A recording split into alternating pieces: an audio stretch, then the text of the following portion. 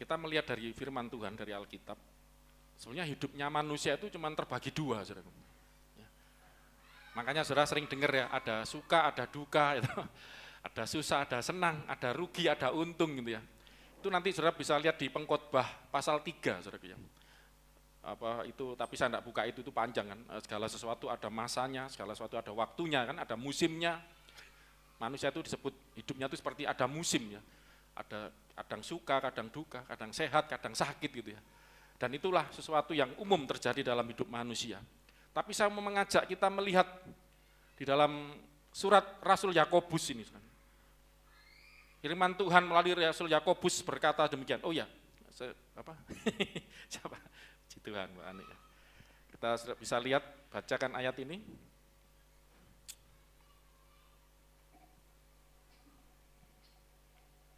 Tuh, ya silakan. Yakobus 5 ayat 13.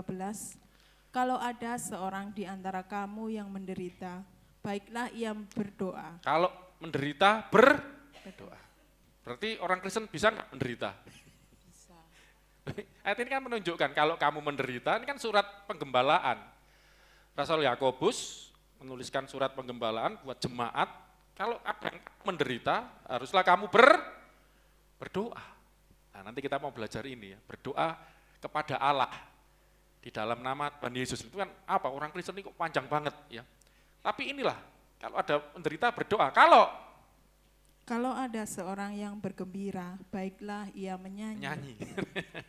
Ya memuji Tuhan ya. Makanya kalau bergembira menyanyi. Makanya hidup itu ada enggak enaknya, ada enaknya. Ada susahnya, ada duka. Susah sama duka kan sama ya. Ada susah, ada senang. Ada suka, ada duka. Kalau Anda bersuka ngapain? Disuruh bersuka di dalam Tuhan. Makanya di gereja ini kan bersuka, kita bersuka cita nyanyi.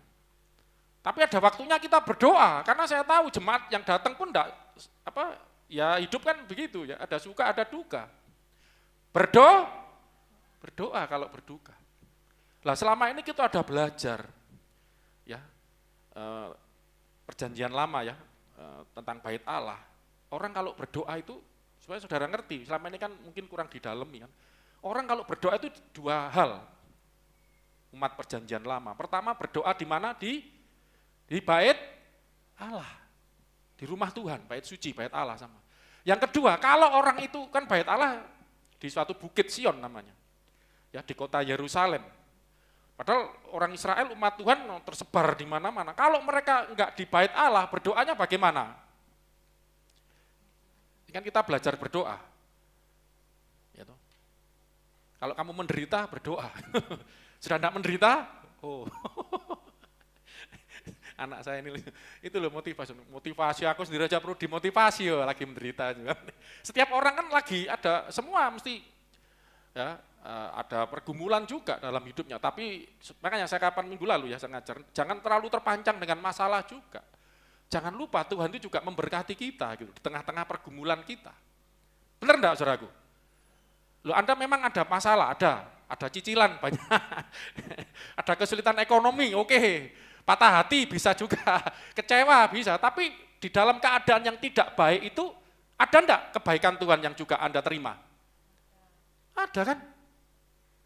Ya kan? Banyak kata Mas juga malah. Jadi jangan cuma dilihat penderitaannya, jamanya hidup itu cuma dua ini gitu loh. Mau apa? Makanya dibungkus sama Rasul Yakobus. Kalau menderita ya doa aja, nggak susah-susah. Kalau seneng ya nyanyi, puji Tuhan. Ya, puji Tuhan, memuji Tuhan kau baik. Ya oke lah. Nah kita akan belajar, saudaraku. Selama ini kita sudah mengenal tentang berdoa ya.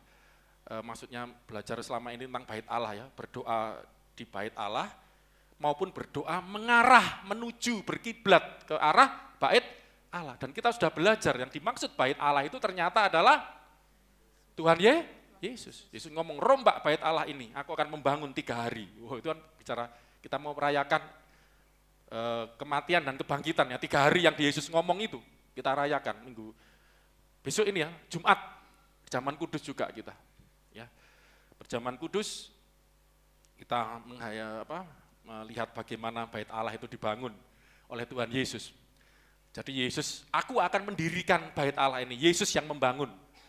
Tapi Yesus juga berkata, akulah bait Allah itu sendiri. Karena yang dimaksud bait Allah yang dibangun adalah tubuhnya sendiri. Jadi Yesus membangun bait Allah di dalam tubuhnya sendiri. Sebagai bait Allah yang sejadi tempat kediaman Allah. Jadi bait Allah itu adalah tempat kediaman Allah. Di situ Allah diam. Tapi kita sudah belajar, ini saya akan masuk. Kenapa orang Kristen berdoa di dalam nama Yesus? Pernah enggak Anda mikir? Apalagi yang sering ngusir setan. Gitu? Ya gak usah ngusir setan lah, dalam nama Yesus, atau doakan orang sakit dalam nama Yesus ya. Tapi doa sehari-hari, ketika Anda selesai berdoa atau pembukaan dan akhir kan, Bapa di surga yang kami sembah di dalam nama Yesus Kristus. Terus setelah tutup, inilah doa yang kami naikkan di dalam nama Tuhan Yesus. Kita kan sering gitu. Tapi ngerti enggak gitu loh, kenapa kok seperti itu? Ya saya dulu juga enggak ngerti, namanya ikut-ikut ya, pendeta berdoanya gitu ya ikut gitu loh. Tapi makin lama makin kesini kan kita harus belajar. Kenapa? Dan kita berdoa, doa ini dengan nama Yesus itu luar biasa. Saya berikan contoh dulu, biasanya jemaat itu senengannya gitu kan, disemangati dulu ya. Nama itu kan berkuasa, kan kita tadi nyanyi, Allah dahsyat di tempat kudusnya. Tahu enggak saudaraku? Apa ini maksud Allah itu dahsyat di mana? Tempat kudus. Apa itu tempat kudus itu? Lupa enggak saudaraku? Lupa enggak? Ingat enggak?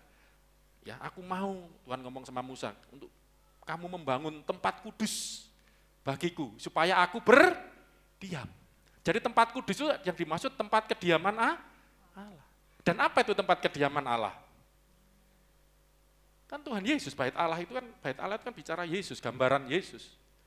Berarti Allah itu dahsyat di dalam nama Yesus. Mungkin agak belum mudeng, nanti kita akan lihat. Ini penting, kita berdoa itu kenapa dalam nama Yesus. Ini kisah Rasul tentang orang yang di mana itu bait. Sebenarnya saya enggak mau khotbah ini, tapi saya sadar kadang jemaat itu ya perlu khotbah yang dimotivasi, itu katanya khotbah penggembalaan. Saya sering pengajaran. Kisah Rasul 4 ya. Coba ini baca, ini agak banyak ini. Yang bait yang lumpuh itu loh. Bentar, pasal 3, bablasan pasal 4. Agak panjang, coba nanti saya potong-potong, ayat 1, mulai ayat 1. Kisah Rasul pasal 3 ayat 1. Pada suatu hari menjelang waktu sembahyang, yaitu pukul 3 petang, naiklah Petrus dan Yohanes ke bait Allah. Ya, terus. Di situ ada seorang laki-laki yang lumpuh sejak lahirnya. Ini menderitanya bukan barusan ini, sejak lahir, lumpuh. Saya mau tanya, lumpuh sejak lahir itu enak apa enggak? Enggak enak, sejak lahir enggak bisa apa-apa sudah. Akhirnya dia pekerjaannya, baca terus. Sehingga ia harus diusung. Diusung dulu ya. Tiap-tiap hari orang itu diletakkan dekat pintu gerbang bait Allah, yang bernama Gerbang Indah. Untuk apa? Ini untuk kerjaannya. Meminta sedekah kepada orang yang masuk ke dalam bait Allah. Ya, orang minta-minta ya. Ya kalau lumpuh, gak bisa apa-apa, invalid, enggak masalah. Tapi masih sehat, seger, nah, itu tanda tanya. Oke lah, enggak bahas itu. Tapi ini lumpuh, enggak bisa apa-apa. Ya, cuman diusung taruh ya hidup dari belas kasihan orang. Ini menderita sejak lahir. Perlu ditolong. Terus 3. Ketika orang itu melihat bahwa Petrus dan Yohanes hendak masuk ke bait Allah, ia meminta sedekah. Ya, namanya kerjaannya minta sedekah.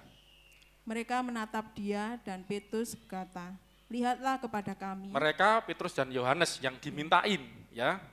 Natap, lihat pada kami, lihat. Terus? Lalu orang itu menatap mereka dengan harapan akan mendapat sesuatu dari mereka. Minta kan, yang diharapkan apa, saudaraku? Sesuatu itu apa? Uang kan, masa minta apa? Minta uang.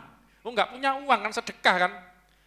Petrus menatap, tapi apa kata Petrus ayat 6? Tetapi Petrus berkata, emas dan perak tidak ada padaku, tetapi apa yang kupunyai, kuberikan kepadamu. Demi nama Yesus Kristus, orang Nazaret itu, berjalanlah. Aku enggak punya uang, mecen. Enggak punya. Kamu minta salah orang. Kami sendiri loh, itu kan nelayan, orang kami sendiri ya kekurangan gitu loh. Ya sama-sama susah. Ya. Kamu susah, saya susah itu. Cuman kamu lebih susah karena kamu lumpuh. Ya kami cukup misalnya hidup. Tapi andai kata pun saya berikan uang ya kamu akan tetap seperti ini terus gitu loh. Terbatas.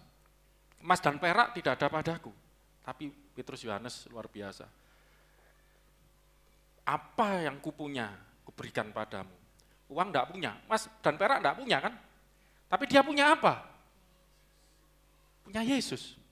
Yang kupunyai nama Yesus kan? Sebenarnya demi ini terjemahan demi itu sama aja dalam nama. Enggak tahu orang ada demi itu N. Ya toh? Mana tadi? Dalam nama Yesus. Ento onomati. N itu in bahasa Inggrisnya. In the name. Nggak tahu bahasa Indonesia orang dalam nama, demi nama. Saya pernah punya pembina rohani, doa kok demi nama. Ternyata ngikutin gini, padahal ya sama aja, ya sudahlah. Karena setelah belajar bahasa Yunani, walah lah. Itu in the name of Jesus, dalam nama Yesus.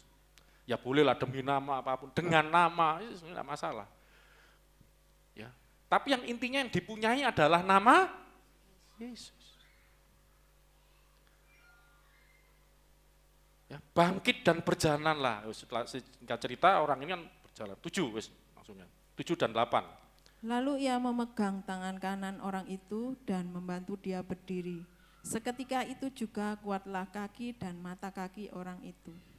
Terus 8. Ia melonjak berdiri lalu berjalan. Lumpuh sejak lahir. Kemari. Langsung melompat berdiri.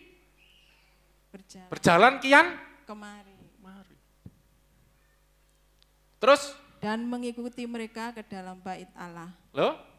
Terus? Berjalan dan melompat-lompat serta memuji Allah. Loh, kalau menderita berdoa. Kebetulan berdoa kepada para rasul yang doa, minta, terus kamu duit tok, enggak selesai masalahmu. Aku pun juga enggak punya, sama-sama enggak punya. Ini loh yang aku punya, nama Yesus ini. Berikan kepadamu. Terima nama Yesus. Ngalami, belum bener kok apa, gak percaya, itu loh ayat 16, mentang-mentang khotbah tentang nama Tuhan, nama ini saya tunjukkan, lu ayo, ayat berapa tadi? 16. Ayat 16, dan karena kepercayaan dalam ini setelah orang-orang heran, ngerumpul, ini ada apa? Panjang ngomongnya, ini kesimpulannya, dan karena kepercayaan dalam nama Yesus. Kepercayaan tadi demi nama, sekarang dalam nama kan ini ento onoma sama aja. Ento onomati, ento onoma sama itu tergantung subjek atau predikat atau objek. Jadi kepercayaan dalam nama Yesus. Maka ini bukan saya ngomong. Nama itu telah menguatkan orang yang kamu lihat dan kamu yang lumpuh kenal tadi kan. ini. Dan kepercayaan itu telah memberi kesembuhan kepada orang ini di depan kamu semua. Coba baca Alkitab tuh agak direnungkan pelan-pelan. Apa yang menguatkan, membuat mujizat, membuat orang lumpuh jadi kuat lumpuhnya ini apa? Kakinya yang lumpuh ini jadi kuat, bisa berdiri. Apa yang membuat itu, saudaraku? Percaya.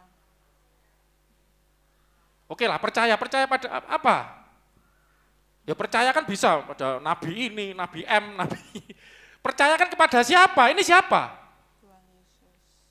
Bukan cuma Tuhan Yesusnya, coba perhatikan. Baca, makanya pelan-pelan. Dan karena kepercayaan dalam, bukan cuma Yesus loh, ini penting.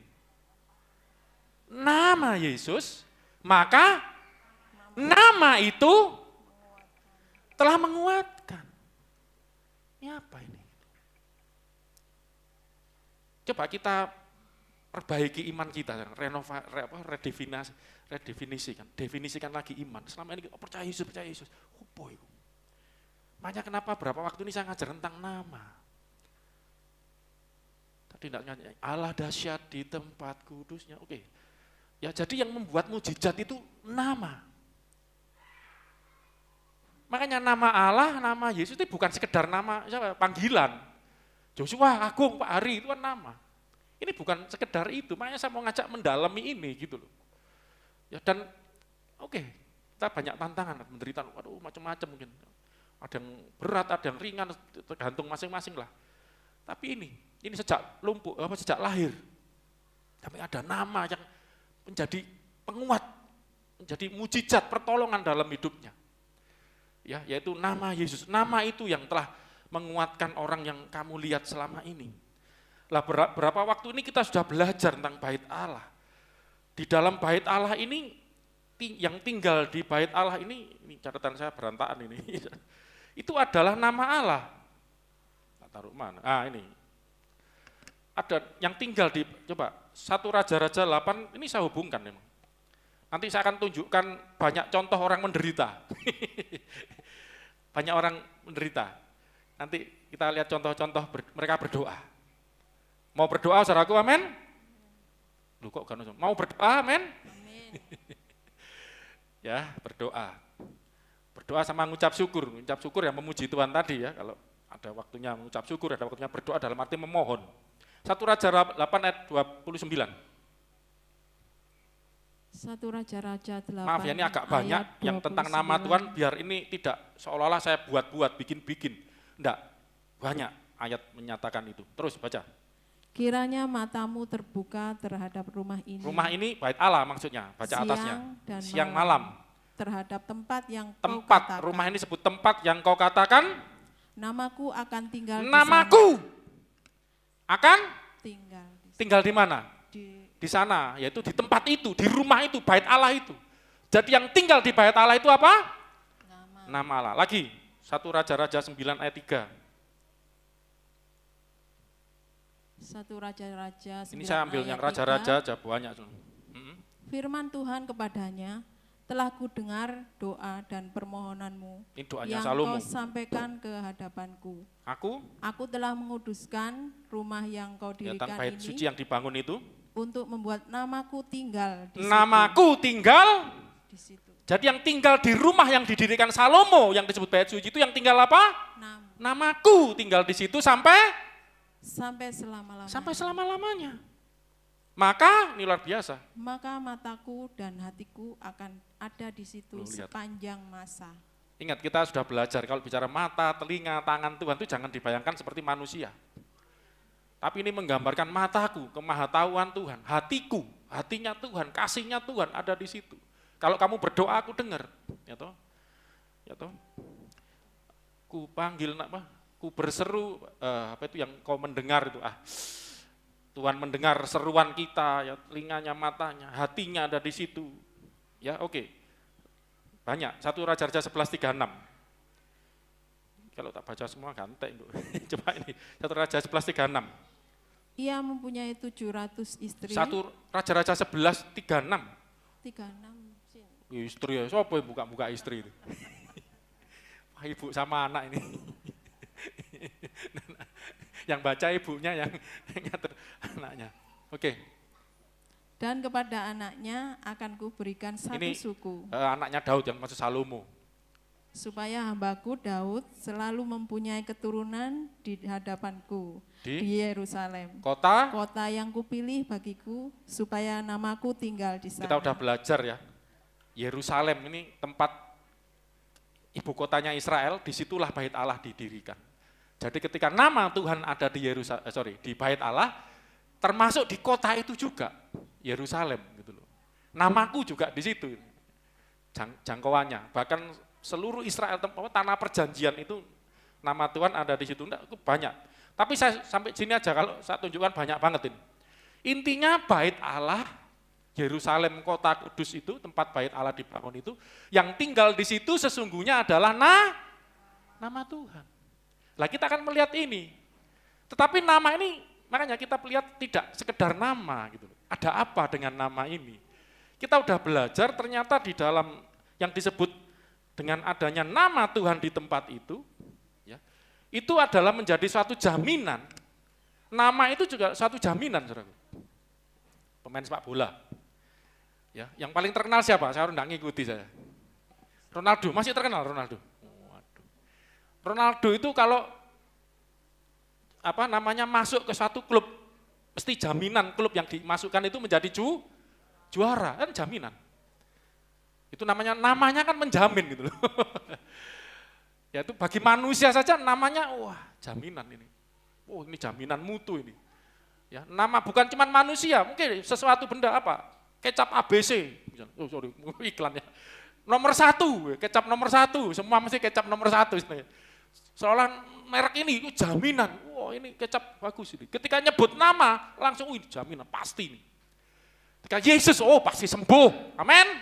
Ketika Yesus, oh Engkau Yesus memberkati, Yesus menyembuhkan, oh jaminan, itu loh, ngerti maksud saya? Jadi nama ini bukan sekedar nama, manusia aja loh nama itu jaminan. Apalagi nama Allah gitu loh. Ya.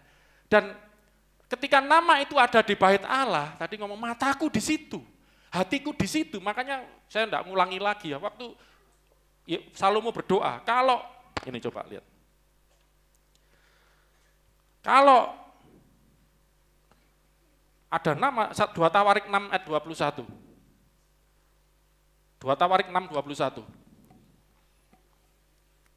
2 Tawarik 6 ayat 21, dan dengarkanlah permohonan hamba. Doa kan, saya bicara doa terus ini. Dan umatmu hambamu Israel, ini Salomo, Raja Salomo, dan umat Israel yang mereka panjatkan di tempat ini. Di tempat ini yang disebut tempat ini apa tadi? Bait Allah atau bait suci atau rumah Tuhan, di mana nama Tuhan di situ, bahwa engkau juga yang mendengarnya dari tempat kediamanmu, dari surga, dari apabila engkau mendengarnya, kau akan mengampuni. Jadi itu jaminanmu tuh, ketika engkau berdoa di bait Allah, engkau mendengar dari surga. Bait Allah itu di bumi apa di surga yang dimaksud ini?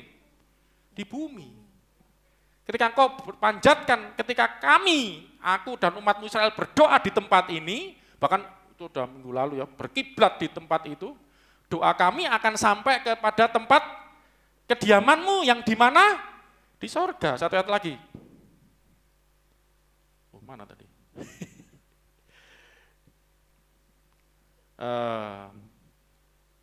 2 Tawarik 6:30. Sampai ini.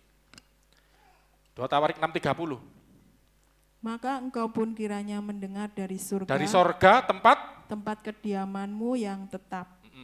Dan terus? Kiranya engkau mengampuni dan membalas kepada setiap orang sesuai dengan segala perbuatannya. Ya. Karena engkau mengenal Jangan hatinya. lupa loh, Tuhan itu membalas juga setiap perbuatan loh. Ya, upahmu besar di sorga.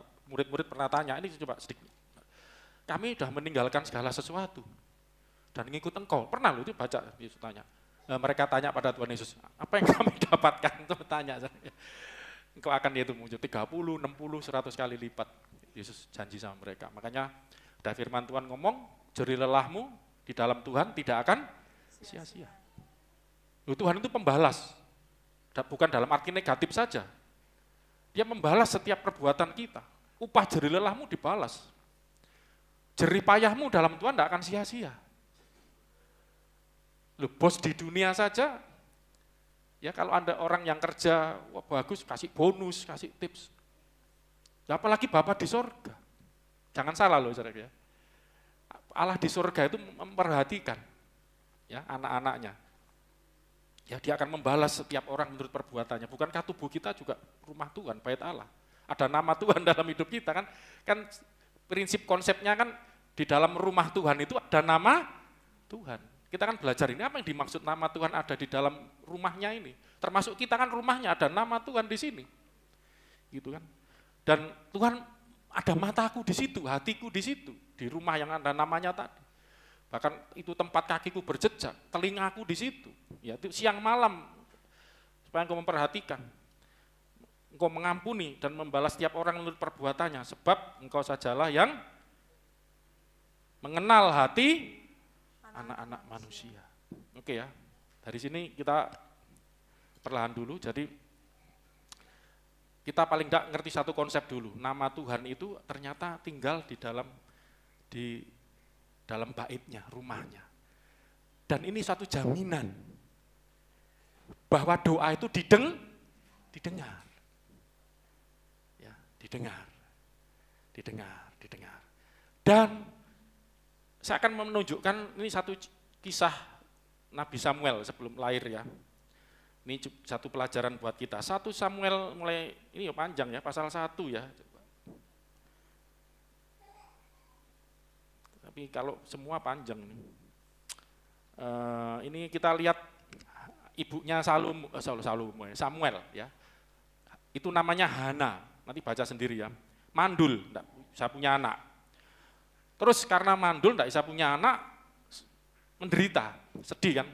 Apalagi waktu itu dia, ya zaman itu ya, saya mau nunjukkan ini kok enggak enak, istrinya dua soalnya. Satunya ini punya anak, Penina ya namanya. Itu melecehkan lah, membuli madunya ini ya, si Hana ini ya, sehingga menyakitkan hatinya, sedih, menderita.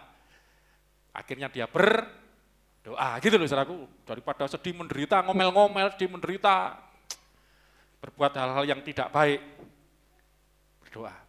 Ya, harus dibaca aja lah. 1 Samuel pasal 1. Nanti saya ajak lompat-lompat ya. Ini kelahirannya Nabi Samuel. Ada seorang laki-laki? Ada seorang laki-laki dari Ramataim, Yofim, Angel dari ya? pegunungan Efraim, namanya Elkana bin Yeroham bin Elihu bin Tohu bin Suf, seorang Efraim. Lengkap ya Alkitab ini, anaknya sopo, mbahnya sopo, sampai bin itu anaknya sampai nenek moyangnya, seorang Efraim. Terus Orang ini mempunyai 2 istri. ya yang zaman dulu ya, seorang jangan ditiru ya. Saya makanya mau buka ini kok ya Hana. apa. Yang seorang bernama, Hana, yang lain yang lain bernama Penina. Penina. Penina mempunyai anak, tapi Hana tidak. Nah, terus Orang itu dari tahun ke tahun pergi meninggalkan kotanya Untuk? untuk sujud menyembah dan mempersembahkan korban kepada Tuhan. Semesta alam di Silo. Nah, waktu itu Bait Allah belum dibangun ya, masih kemahnya Musa, tapi karena sudah masuk Kanaan, dibangun di satu tempat namanya Silo. Di sana yang menjadi imam Tuhan ialah kedua anaknya Eli, yaitu Hofni dan ya, Pinehas. itu imam yang melayani. Terus Pada hari Elkana mempersembahkan korban, diberikannya kepada Penina istrinya dan kepada semua anaknya yang laki-laki dan perempuan masing-masing di sebagian. sana itu kalau mempersembahkan korban itu ya kayak selamatan bacaan saudara, dibagi. Makanya perjamuan, kayak jaman kudus kan kita makan bareng gitu ya. Mereka juga gitu. Ini konsep dari awal memang. Jadi ketika korban dipersembahkan, daging itu ya dimakan bareng-bareng. Dan bagian yang terbaik itu diberikan kepada imam gitu ya. Itu menggambarkan untuk Tuhan melalui imam. Kira-kira gitu. Mereka dapat bagian satu-satu. Terus 5, Meskipun ia ya ini yang mengasihi suami Hana, tadi kan mengasihi Hana. ia memberikan kepada Hana hanya 1 bagian, sebab Tuhan telah menutup kandungannya. Padahal ini kan yang paling dikasih suaminya. 6, nah ini saudaraku. Tetapi madunya selalu menyakiti hatinya Ya, menyakiti. supaya ia gusar, Jengkel. karena Tuhan telah menutup kandungannya.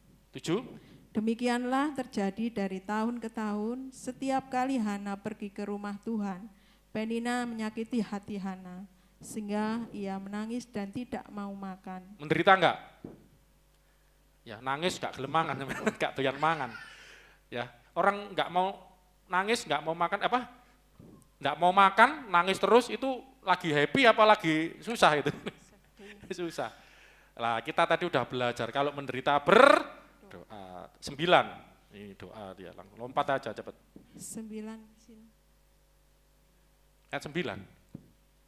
Pada suatu kali setelah mereka habis makan dan minum di Silo, berdirilah Hana, sedang Imam Eli duduk di kursi dekat tiang pintu bait suci Tuhan. Dan dengan hati pedih ia berdoa kepada Tuhan sambil menangis Gak apa-apa, terseduh-seduh. saudaraku, doa nangis ya enggak apa-apa lah. Ya. Gak usah dianggap aneh. Ya. Terus seduh-seduh nangis, pedih hatinya. Waduh, banyak perkara, enggak apa-apa. Tapi enggak dibikin-bikin loh ya, kayak tangisan Cina, mau tangisan India ya, kayak drama. Itu kan, ini bener-bener, yes, karena ungkapan hati, keluhan yang terucapkan, menangis terseduh-seduh. Susah hatinya ya, kok dibully, ya enggak punya anak, sudah susah, dihina. Ya. Makanya setiap orang, ya mungkin ada yang gitu aja kok nangis sudah. Ya setiap orang tuh berbeda-beda lah ya anunya tingkat atau perasaannya. Tapi ini loh, Allah itu ngerti, Allah itu kamu mungkin orang lain gitu aja kok susah. Tuhan itu tahu ya. Makanya tadi hatiku ada di situ kan. Di rumah Tuhan tadi loh, namaku di situ itu bicara mataku di situ, hatiku ya di situ. Terus pada suatu kali, mana tadi? terseduh-seduh ketika, oh ya kemudian bernasarlah, yuk dipakai mic-nya ya. Kayaknya. Ya. Kemudian bernasarlah ia kepadanya, Tuhan semesta alam, jika sungguh-sungguh engkau memperhatikan sengsara hambamu ini, dan mengingat kepadaku dan tidak melupakan hambamu ini, tetapi memberikan kepada hambamu ini seorang Ya, anak laki-laki. doa aja, minta anak laki-laki terus. Maka aku akan memberikan dia kepada Tuhan untuk seumur hidupnya, dan pisau cukur tidak akan menyentuh kepalanya. Kayak Simpson berarti ya. Nanti contoh kedua Simpson saya mau tunjukkan. Bagaimana berdoa. Tapi ini yang luar biasa, berdoanya bukan di bait Allah. Pada Malak Yahweh. Itu ya bait Allah juga. Oke, apa maksudnya? Kita terus ya selanjutnya 12. Ketika perempuan itu terus-menerus berdoa di hadapan Tuhan, maka Eli mengamati mulut perempuan itu. Dan karena Hana berkata-kata dalam hatinya, dan hanya bibirnya saja bergerak-gerak, tetapi suaranya tidak kedengaran, maka Eli menyangka perempuan itu mabuk. Sudah susah, dihakimi lagi, kamu ini mabuk, terus dimarahi sama Eli, ini apa? Lalu kata Eli kepadanya, berapa lama lagi engkau berlaku sebagai orang mabuk? Lepaskanlah dirimu daripada mabukmu. Gimana saudara? Saudara sudah susah, sudah datang ke benar-benar mempraktekkan firman, datang pada Tuhan, berseru sama Tuhan, berdoa, orang lain menghina Anda misalnya. Yang menghina pendeta lagi, imam lagi, enggak ngerti. Padahal kamu enggak ngerti yang kurasakan, kamu nih doa enggak benar misalnya, atau apalah, anggap aja ini diolok, sudah diolok madunya, diolok ini. Saudara tetap berdoa enggak kira-kira? Kamu ngapain sih berdoa? Saya pernah gitu, ngapain? Ya dulu waktu masih muda. Kamu melayani Tuhan ngapain? Hidupmu tambah susah gini-gini. Ikut Tuhan tambah susah, ikut gini-gini. Dianggap mabuk lagi, kamu nih misalnya. Oke ya, ada kalanya kita ngalami hal-hal seperti itu. Ya, terus kita lompat aja ayat 15. Oh, enggak apa-apa ya 15, tetapi agak rebel.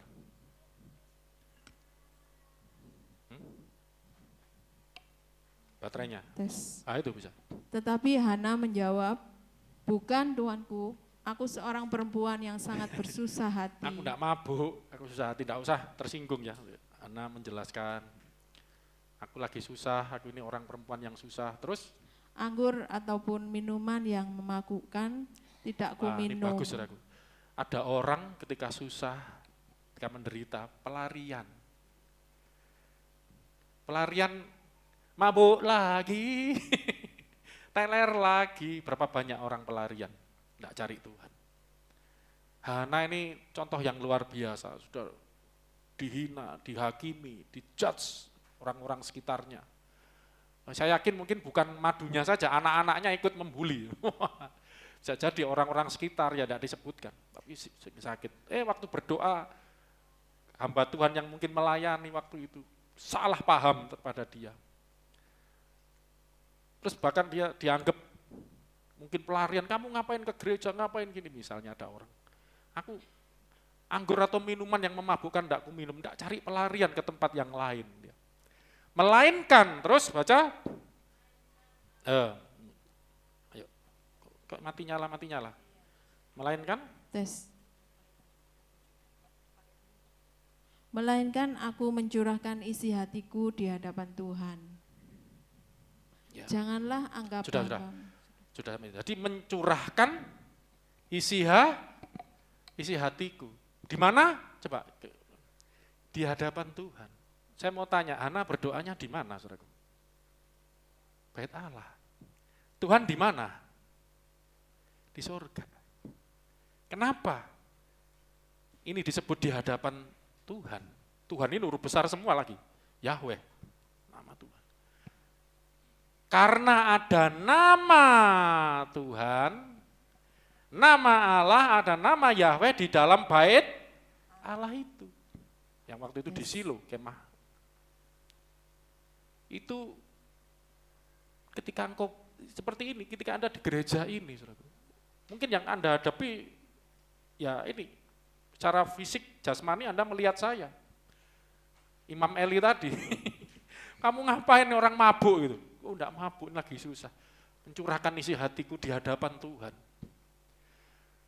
Waktu Anda nyanyi misalnya, Allah mengerti tadi. Anda sedang berbicara di mana? Anda sedang mencurahkan isi hati di mana? Bukan di hadapan saya. Tetapi di hadapan Tuhan. Loh Tuhan di mana? Tuhan di sorga. Kok bisa? Karena ada nama Tuhan di situ. Jadi nama ini saya sudah pernah khotbah menghubungkan bumi dengan surga. Makanya bait Allah itu menghubungkan, itu khotbah sebelumnya kan, bumi dengan surga. Karena ada nama Tuhan di situ. Jadi doa kita seolah-olah, bukan seakan-akan atau apa ya, itu seperti di hadapan Tuhan gitu. Di hadapan Tuhan sendiri, karena ada nama. Nama yang, kenapa orang itu bangkit? Karena ada nama Tuhan, nama Yesus yang membangkitkan. Dan akhirnya doanya Hana dijawab. Dijawab. Di hadapan Tuhan ada nama Tuhan, jaminan kuasa Tuhan. Ya toh? Nama itu kan satu jaminan. Makanya saya mau Anda percaya ini gitu loh ya.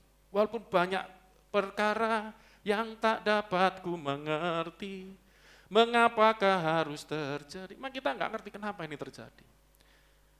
Ya, kenapa kok seperti ini? Kadang kita nggak ngerti. Ya. Tapi lagu itu bagus ya selanjutnya. Satu perkara, jadi banyak perkara yang terjadi aku nggak ngerti. Bingung kan, ngadepi tantangan masalah. Tapi satu yang aku tahu, satu perkara yang ku simpan dalam hati. Yang ini aku percaya, simpan dalam hati maksudnya percaya. Tiada sesuatu yang terjadi tanpa Allah peduli. Mengerti apa peduli? Peduli ya. Jadi sesuatu yang terjadi itu pasti Allah itu turut bekerja. Itu kan rumus hafalan kita. Roma 8 ayat 28, gampang hafalnya kan 8:28. Allah turut bekerja dalam segala sesuatu atau segala perkara kalau yang kita hadapi. Ya, untuk mendatangkan kebaikan. Mungkin saat itu enggak enak, seperti Hana ini, dibully, enggak enak. Tapi, karena dia datang, mencari nama Tuhan. Datang kepada Tuhan, di hadapan Tuhan, di rumah Tuhan, ada nama Tuhan di situ. Sampai kepada Tuhan, doanya. Dan singkat cerita, dapat Samuel, jadi nabi besar. Itu nabi pertama. Memang Musa ya meletakkan dasar nabi, tapi nabi yang melanjut setelah itu kan tidak ada nabi lagi sudah. Yosua itu memang ya dianggap nabi tapi lebih kepada pemimpin, hakim. Itu zaman hakim-hakim. Dan Eli ini imam, itu hakim yang terakhir. Setelah itu hakim terakhir itu Samuel, tapi dia juga nabi. Setelah itulah kenabian itu mulai dia punya sekolah nabi, kelompok nabi. Nanti lain kali bahas itu. Luar biasa Samuel dipakai Tuhan. Lain kali kita belajar Samuel. Dari orang yang sangat menderita, dari sinilah muncul Tuhan bersinar melalui menyatakan kemuliaannya melalui Hana yang datang di hadapan Tuhan tadi. Ini satu contoh lagi.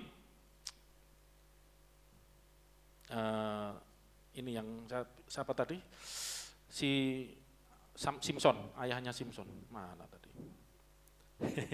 Simpson tentang malaikat Yahweh. Kita lihat dulu Keluaran 23, 20 ayat 21. Keluaran 23 ayat 20 sampai 21. Keluaran 23 ayat 20. Ini yang kedua ya. Jadi yang pertama nama Tuhan ada di baitnya, di rumah.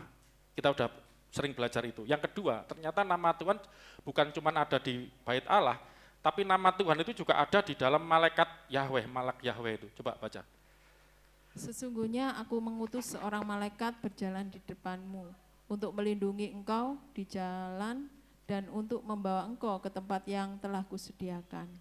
Jagalah dirimu di hadapannya dan dengarkanlah perkataannya. Janganlah engkau mendurhaka kepadanya, sebab pelanggaranmu tidak akan diampuninya. Sebab namaku ada di dalam dia. Namaku, nama Tuhan, nama Allah, nama Yahweh. Ada di dalam dia. Dia ini siapa? Malaikat yang disebut malaikat Yahweh itu loh saudara ya. Itu udah saya sering khotbahkan. Enggak usah saya ulang. Tapi saya mau tunjukkan ternyata ini bukan sekedar nama itu. Namaku ada di sana, dengarkan dia gini-gini. Ini satu contoh aja, kalau banyak nanti enggak habis-habis ya. Hakim-Hakim pasal 13, ini adalah kelahiran Simson. Tadi kelahirannya Samuel. Hampir sama nanti. Pisau cukur itu orang Nasir ya, itu Nasir itu orang yang bernasar di hadapan Tuhan dan ditepati, jadi hidupnya itu sesuai dengan yang direncanakan Tuhan, dinasarkan tadi. Pisau cukur janganlah, itu nanti Simson juga seperti itu. Simson 13 ayat, Hakim-Hakim 13 ayat 2 sampai 11, panjang itu. Agak panjang, cepat bacanya. Hakim-Hakim 13 ayat 2, biar cepat. Ayat 2. Dek. Pada waktu itu ada seorang dari Sona, dari keturunan orang Dan. Namanya Manoah. Istrinya mendul tidak beranak. Ya, terus? Dan malaikat Tuhan menampakkan malaikat Yahweh diri ya, Tuhan huruf besar semua ini ya, kepada perempuan itu dan Yahweh berfirman kepadanya. Menampakkan diri, berfirman kepadanya. Demikian, memang engkau mandul tidak beranak, tetapi engkau akan mengandung dan melahirkan seorang anak laki-laki. Ya. Oleh sebab itu, peliharalah dirimu, jangan minum anggur atau minuman yang memabukkan, dan jangan makan sesuatu yang haram. Ini hampir sama ya kayak Hana tadi ya. Enggak cari pelarian. Dan ini sudah diingatkan, kamu nanti akan terima berkat Tuhan. Jangan kamu pelihara hidupmu, sucikan dirimu, jangan sampai mabuk anggur segala macam gitu. Kadang orang, maaf ya, zaman kita kan Jumat perjamuan kudus, maaf yang di seberang itu sempat saudara saya itu gak nganu kan mereka kan ajarannya alkohol najis gini, cuman satu gini. Ini kan gambaran dari darah Yesus. Ini adalah darah Yesus kan, anggur. Ya serepot kalau jelasin, tapi intinya ini bukan untuk mabuk-mabuan gitu. Beda, minggu depan aja, Jumat kita akan belajar tentang darah Yesus, kenapa itu anggur segala macamnya. Tapi ini kita beda konteksnya, ini jangan kamu, ini bicara hawa nafsu juga, anggur itu hati-hati loh saudara, lucu ya. Itu juga bicara tentang berkat Tuhan, itu di mana tuh, Kolose atau Salonika, yang jangan kamu mabuk anggur, ini penuh Roh Kudus itu apa itu? Di Efesus 5 itu. Jangan kamu mabuk anggur. Ini seolah pelihara dirimu, kamu mau diberkati Tuhan. Ya, nanti lain kali kita belajar tentang kesucian, kekudusan ya. Jaga dirimu, jangan mabuk anggur, jangan sesuatu yang haram, yang haram. Sebab engkau akan mengandung dan melahirkan seorang anak laki-laki, kepalanya takkan kena pisau cukur.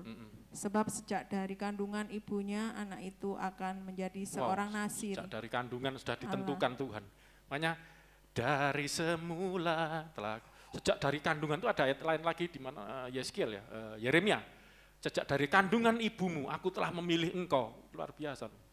Sejak dalam kandungan ibu, Anda saudaraku, Tuhan itu sudah menetapkan, termasuk ini. Jadi nasir Allah. Dan dengan dia akan mulai penyelamatan orang Israel dari tangan orang Filistin. Orang yang mau dipakai Tuhan nanti. Kemudian perempuan itu datang kepada suaminya dan berkata, telah datang kepadaku seorang abdi Allah. Kan nggak ngerti, ini kan berarti memang seperti manusia kan?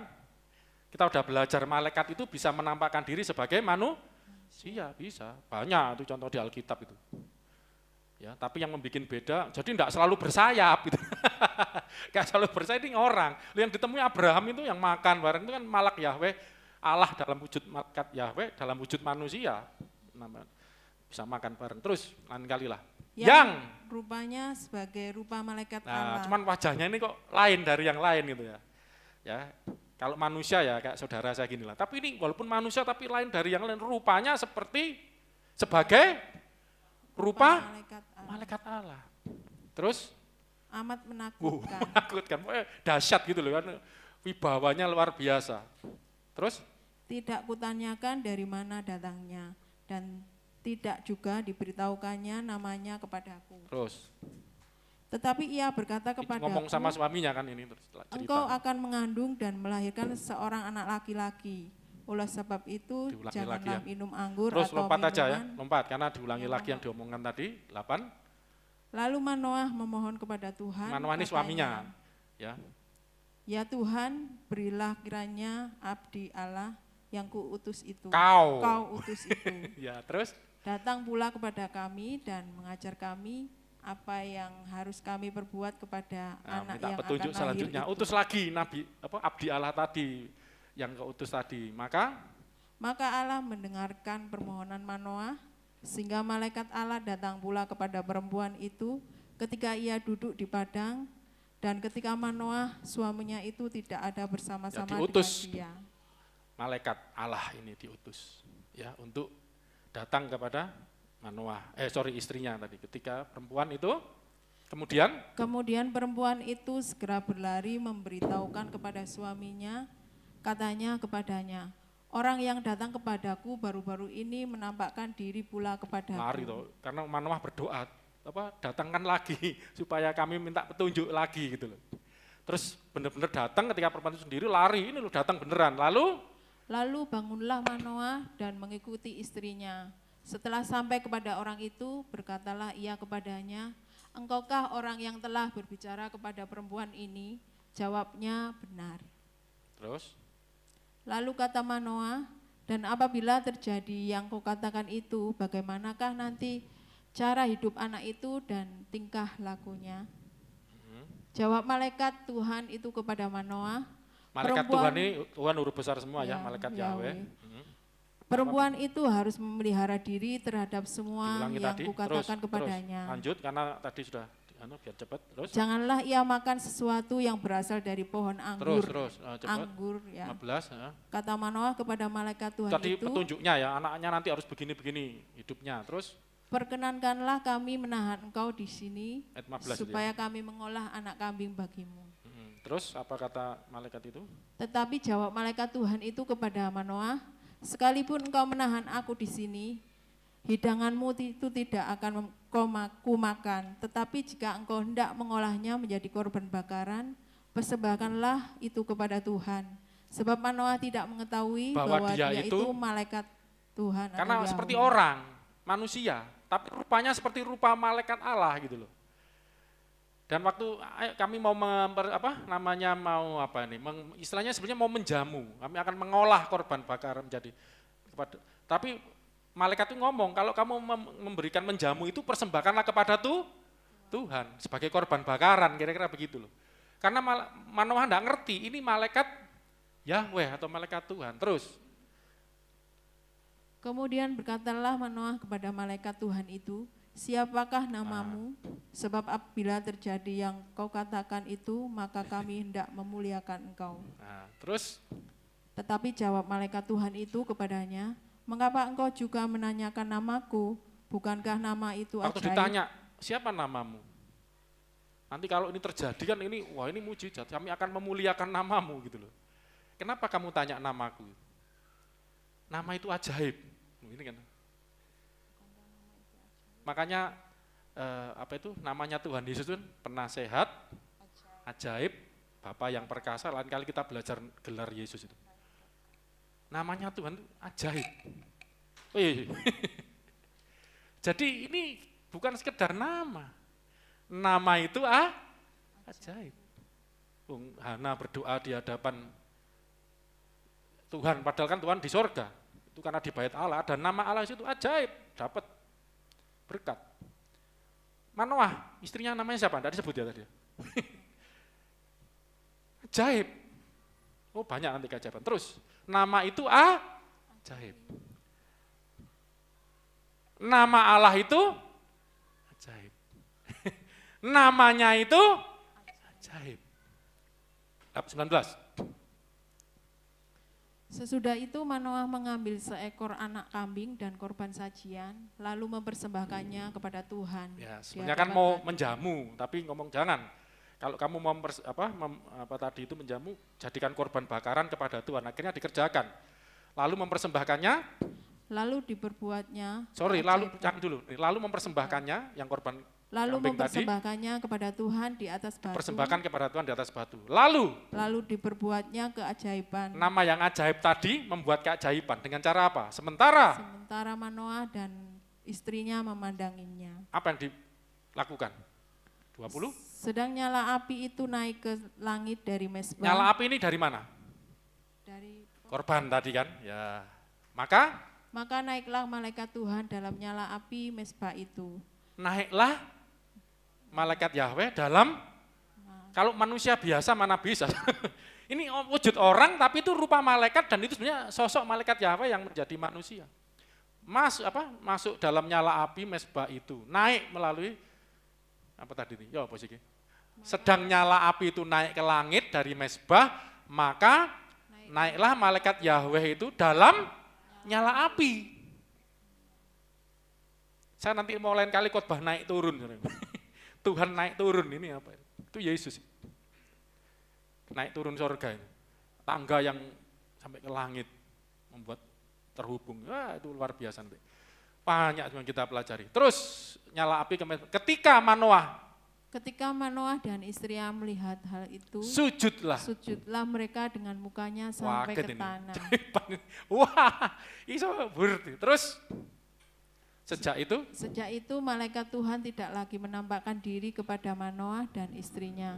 Maka tahulah Manoah bahwa dia itu malaikat Tuhan. Baru ngerti. Kita kan yang baca kan dikasih penjelasan, oh itu malaikat. Tapi waktu itu enggak ngerti Manoah.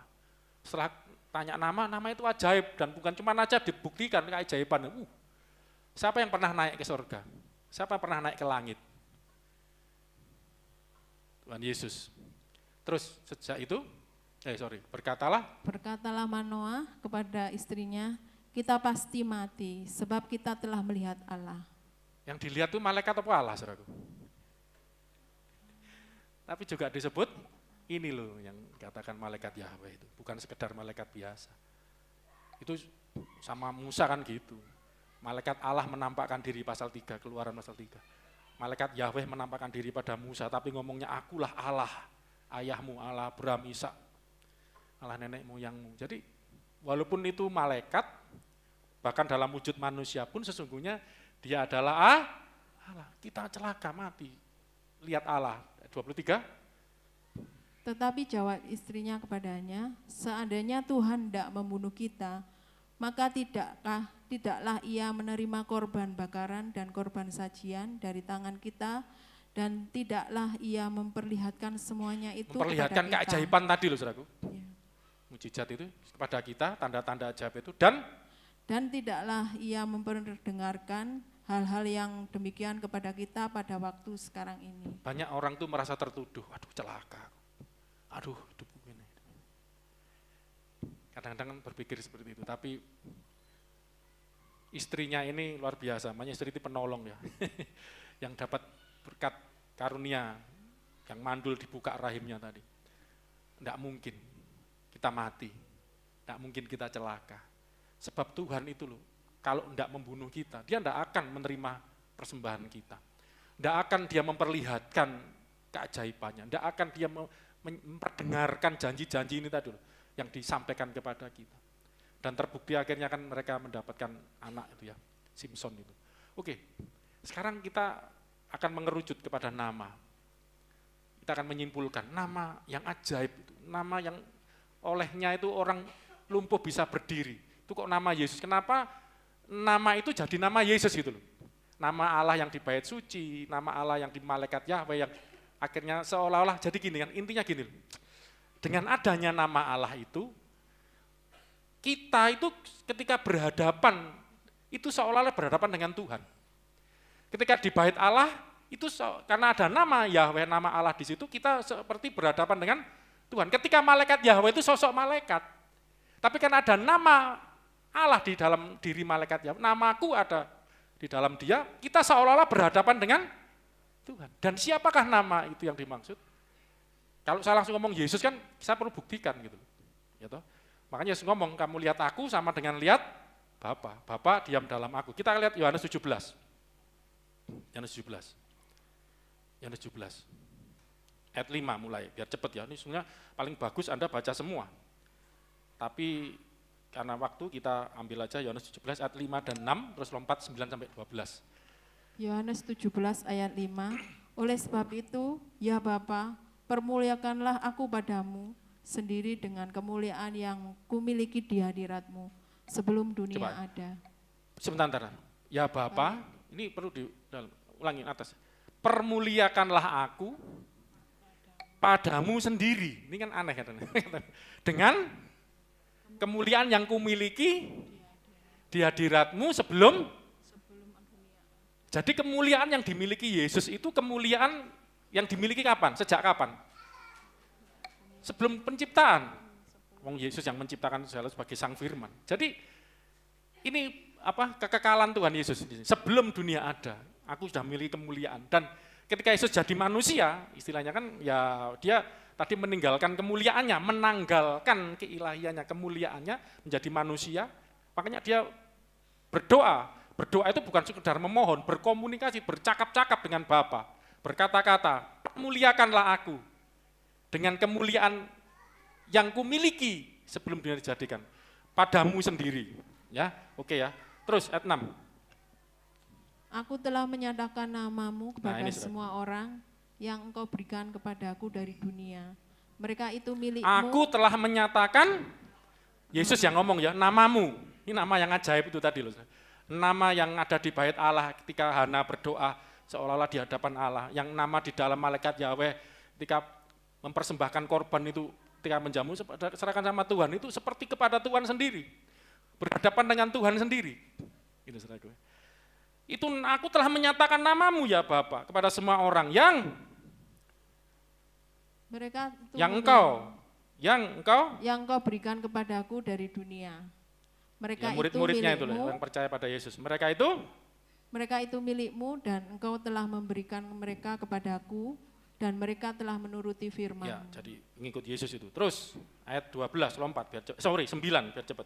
Aku berdoa untuk mereka, bukan untuk dunia aku berdoa, tetapi untuk mereka yang telah engkau berikan kepadaku, sebab mereka adalah milikmu. Dan segala milikku adalah milikmu. Milikku adalah milikmu dan milikmu adalah milikku. Nah ini kesatuannya di situ ya, memiliki bersama-sama. Manusia itu miliknya Allah, manusia juga miliknya Tuhan Yesus. Karena memiliki kemuliaan padamu. Ini nanti Tritunggal aja dijelaskan ya, saya enggak bahas panjang nanti. Dan aku telah dipermuliakan di dalam mereka. Dan aku tidak ada lagi di dalam dunia, tetapi mereka masih ada di dalam dunia. Dan aku datang kepadamu. Karena Tuhan Yesus mau kembali kepada Bapa, kembali ya. Dia karena keluar dari Bapa mau kembali ke dalam ini yang tadi kemuliaan yang kumiliki padamu. Nah ini bisa menjelaskan. Kemuliaan yang kumiliki padamu. Jadi kemuliaan Tuhan Yesus itu dimiliki di Bapa, pada Bapa, proston patera, proston theon pada Allah. Jadi Tuhan mau kembali gitu loh, makanya dimuliakan itu gitu. Yesus dimuliakan itu karena dia kembali kepada kemuliaan sebelum menjadi manusia. Dia akan kembali kepada Bapa, itu nanti jelaskan pada Tritunggal aja. Terus ya Bapa yang kudus, peliharalah mereka dalam namaku. Ya Bapa yang kudus, peliharalah mereka. Mereka ini siapa tadi? Murid-murid yang percaya Yesus tadi ya, yang menerima, yang aku menyatakan namamu kepada mereka. Mereka percaya pada namamu ini tadi. Pelihara mereka dengan dalam namamu, yaitu namamu yang telah engkau berikan kepadaku. Nah, ini coba artian. Nama Bapa, nama yang ajaib tadi yang ada di bait Allah, yang ada di Malak Yahweh, Malak itu raja, Malak Yahweh, namamu yang kuberitakan kepada semua orang dan yang mereka percaya, aku dipermuliakan di dalam mereka. Peliharalah ya Bapa mereka di dalam namamu tadi ini, yang kuberitakan tadi, yaitu nama yang kau berikan kepadaku. Lah nama itu sekarang kemana? Telah diberikan kepada Tuhan Yesus. Coba renungkan baik-baik. Nama yang telah kau berikan kepadaku. Ya, lompat lagi ayat 12. Selama aku bersama mereka, aku memelihara mereka dalam namamu. Aku memelihara mereka dalam itu juga artinya dengan namamu juga. Dengan nama yang aku beritakan, karena mereka percaya. Ini kan nama ini apa sih? Nama ini apa saudara? Itu yang dimaksud dengan namamu. Ya Bapa itu tadi. Tapi nama itu diberikan kepadaku. Nah, ini kan rumit ini. Terus yaitu namamu yang telah engkau berikan kepadaku. Nah, ya toh, aku memelihara mereka dalam namamu. Dengan nama, yaitu namamu yang telah kau berikan kepadaku. Ya kan? Jadi orang yang percaya Yesus itu dipelihara oleh namanya Tuhan. Nama itu telah diberikan kepada Yesus. Nama itu telah diberikan kepada bait suci, tinggal dalam bait. Nama itu telah diberikan kepada malaikat Yahweh. Dan nama itu telah diberikan juga kepada Tuhan Yesus. Sebagai bait suci yang sejati. Malaikat Yahweh yang itu prainkarnasinya. Yang dulu dikenal sebagai malaikat Yahweh. Yang menyatakan Allah. Ya, dalam rupa malaikat itu. Ini nyata. Sekarang diberikan kepadaku. Selama aku di dunia, aku memelihara mereka dalam namamu. Terus aku telah menjaga mereka dan tidak ada seorang pun dari mereka yang binasa, selain daripada dia ya, yang telah ditentukan untuk binasa. Itu bicara Yudas ya, murid-muridnya ini kan yang lain dipelihara dan tidak ada yang mati memang kan waktu itu, hanya Yudas yang bunuh diri kan waktu itu. Jadi ini saudaraku, coba Anda renungkan kata-kata ini ya. Apakah nama itu saudaraku? Nama itu memelihara saudaraku ya, kalau simpulkan ya. Nama itu memelihara umat Tuhan. Ya. Dan nama itu memelihara selama Yesus di dunia. Bahkan setelah ya toh Kristus meninggalkan dunia, nama itu juga memelihara. Coba kita kalau dibaca potong-potong ya gini ya. Coba dibaca langsung ya. 9 sampai 12 tanpa terpotong. Coba nanti kita bisa melihat maknanya. Coba silakan Mbak. Aku berdoa untuk mereka, bukan untuk dunia aku berdoa, tetapi untuk mereka yang telah engkau berikan kepadaku, sebab mereka adalah milik. Terus? Dan segala milikku adalah milikmu, dan milikmu adalah milikku, dan aku telah dipermuliakan di dalam mereka. Dan aku tidak ada lagi di dalam dunia, tetapi mereka masih ada di dalam dunia. Dan aku datang kepadamu, kembali kepada ya Bapa yang kudus, peliharalah mereka dalam namamu, yaitu namamu yang telah engkau berikan kepadaku. Jadi aku mau datang kepada Bapa, Yesus berdoa supaya Bapa memelihara mereka dalam namamu. Jadi waktu Yesus kembali kepada Bapa, umat Tuhan itu dipelihara dengan nama Tuhan gitu. Coba renungkan ini gitu. Jadi nama itu ditinggal itu. Selama aku di dunia ini, coba itu terus, 12. Selama aku bersama mereka, aku memelihara mereka dalam namamu. Yaitu namamu yang telah engkau berikan kepadaku. Jadi waktu Yesus di dunia, memelihara juga dengan nama itu. Nama Allah itu. Yang kau berikan kepadaku itu, kata Yesus. Tapi waktu aku kembali, atasnya tadi, waktu kembali pada Bapa, peliharalah mereka dengan namamu juga. Jadi selama Yesus di dunia dan Yesus kembali kepada Bapa, nama itu tetap melihara umatnya. Dan nama itu adalah nama itu ajaib. Tadi kita lihat contohnya. Apa namanya? Siapa itu? Orang yang lumpuh di bait Allah tadi. Nama itu nama apa? Makanya kita enggak bisa ngomong nama Allah itu apa gitu loh. Orang ngomong Yesus, Yahweh, itu lain kali kita akan bahas. Coba saya akan tutup dengan ini. Ini sering kita baca tapi kita enggak mendalami di situ. Matius 28 ayat 19.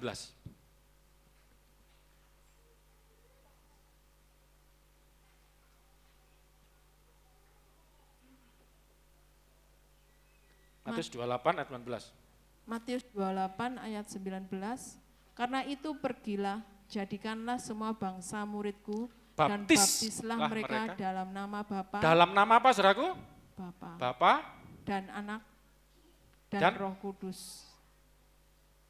Dalam struktur bahasa Yunani, bahasa Inggris juga kelihatan, nama itu tunggal artinya. Satu nama. Isto onoma. Ke dalam satu nama yang tunggal. Yaitu namanya Bapa, yaitu namanya Anak, itu kalau struktur Yunani ya, yaitu namanya Roh Kudus. Jadi nama itu satu, namanya Bapa, ya nama itu, Toonoma itu tadi, namanya Yesus ya, nama itu, namanya Roh Kudus ya, namanya itu, enggak, bulet ngeluh enggak. Itu loh, makanya Tritunggal itu yang satu itu namanya. nanti kita jelaskan nama itu apa. Dan yang 3 itu hipostasis tadi, Bapa, Anak, Roh Kudus. Tapi saya enggak, itu nanti Tritunggal aja kita bahas. Tapi coba ini renungkan. Jadi nama ini kita sebut nama aja ya. Nama itu, nama yang ajaib itu. Nama yang ajaib itu juga adalah namanya Bapa. Nama yang ajaib itu juga namanya Anak Tuhan Yesus. Nama yang ajaib itu juga namanya Sang Roh Kudus. Satu nama. Jadi Bapa itu bukan nama. Anak itu bukan nama. Roh Kudus juga bukan nama. Lah namanya itu apa? Lah itu saya. Tidak cukup waktunya ya, minggu depan. Tapi sekali lagi kita tidak sekedar bicara nama, tapi kita mau melihat bahwa di dalam nama itu ada kuasa.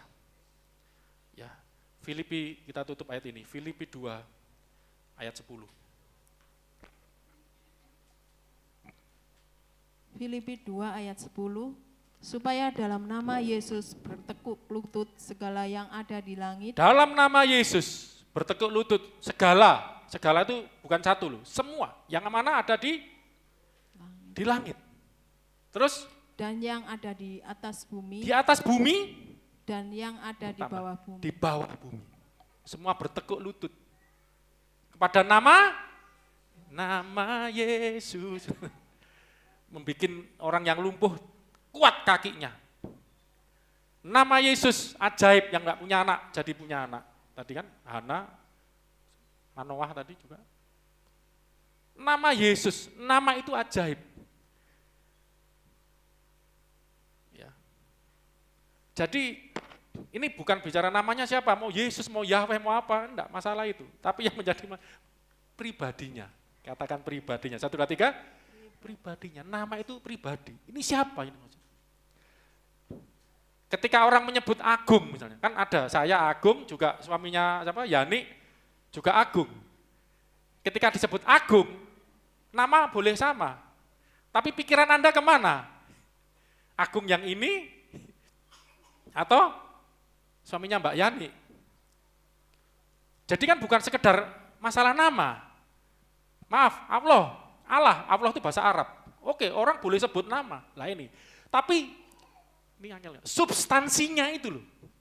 Esensinya yang disebut Allah itu yang mana? Yang dimaksud Agung itu yang mana? Sama-sama Agung. Tapi suaminya Mbak Yani, ayahnya siapa itu? Siapa anakmu jadi? Angel, anaknya malaikat ya namanya. Atau ayahnya Joshua. Loh, nama boleh sama, tapi ini loh, substansinya ini loh. Jadi nama itu juga bicara substansi, isinya ini apa, siapa yang dimaksud Agung ini. Ya kan? Jadi ini bukan bicara sekedar nama, siapa yang dimaksud itu. Ini loh nama yang, kita nanti belajar Jumat Agung dan itu, siapa yang dimaksud itu. Allah boleh, namanya boleh sama, semua percaya kepada Allah, Tuhan, ketuhanan yang Maha Esa, semua agama percaya Tuhan. Tapi Tuhan yang dimaksud itu siapa? Ini enggak sekedar nama, tapi sosoknya itu siapa? Itu ajaib. Makanya Kristen itu harus menyatakan keajaiban Tuhan. Temanya belum ditulis ya. Nanti bangkit dan bersinarlah, pancarkan sinar kemuliaan Tuhan Yesus. Memang kita memiliki banyak tantangan, banyak masalah, tapi kita tetap percaya kita punya Tuhan yang namanya ajaib. Mari kita berdoa. Saya maju ke depan musik.